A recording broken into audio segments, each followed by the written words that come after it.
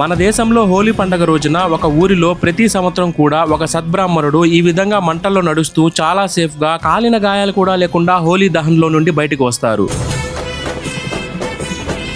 Uttar Pradesh మధురలోని ఫాలైన్ village లో నరసింహస్వామి గుడి దగ్గర ఈ రకమైనటువంటి హోలీ సంప్రదాయాన్ని కొన్ని వందల సంవత్సరాల నుండి చేస్తూ వస్తున్నారు. కరెక్ట్ గా హోలీకి 40 రోజుల కంటే ముందుగానే ఒక బ్రాహ్మణ యువకుడిని ప్రహ్లాదునిగా ఎంపిక చేస్తారు. ఇక ఈ హోలీ వచ్చేంత వరకు అంటే ఈ 40 రోజుల వరకు కూడా ఈ బ్రాహ్మణుడు కేవలం పండ్లు పాలను తింటూ తాగుతూ ఇంటికి దూరంగా గుడిలోనే ఉంటూ బ్రహ్మచర్యాన్ని పాటిస్తూ దైవ ధ్యానంలోనే ఉంటారు. హోలీ రోజున గుడిలో ఒక అఖండ జ్యోతిని వెలిగిస్తారు. ఈ జ్యోతిని అదే బ్రాహ్మణుడి చేత చేతితో ఈ విధంగా తాగుతూ అనుమతిని పొందుతారు. ఆ అఖండ జ్యోతి ఎప్పుడైతే చేతిని కాలనివ్వకుండా అలానే వదిలేస్తుందో ఇక ఈ జ్యోతితోనే హోలీ మంటలను ఈ విధంగా అగ్నితో కాలుస్తారు. చివరిగా ఎంపికైనటువంటి బ్రాహ్మణ యువకుడిని ఈ రకంగా తలకి గుడ్డను చుట్టుకుంటూ ప్రత్యేకమైనటువంటి వేషధారణతో దేవుని తలుచుకుంటూ అగ్ని లోపలికి ఆ బ్రాహ్మణ యువకుడు వెళ్ళిపోతారు. ఎలా అయితే లోపలికి వెళ్లారో అలాగే ఈ యువకుడు సేఫ్ గా బయటకు వచ్చేస్తారు.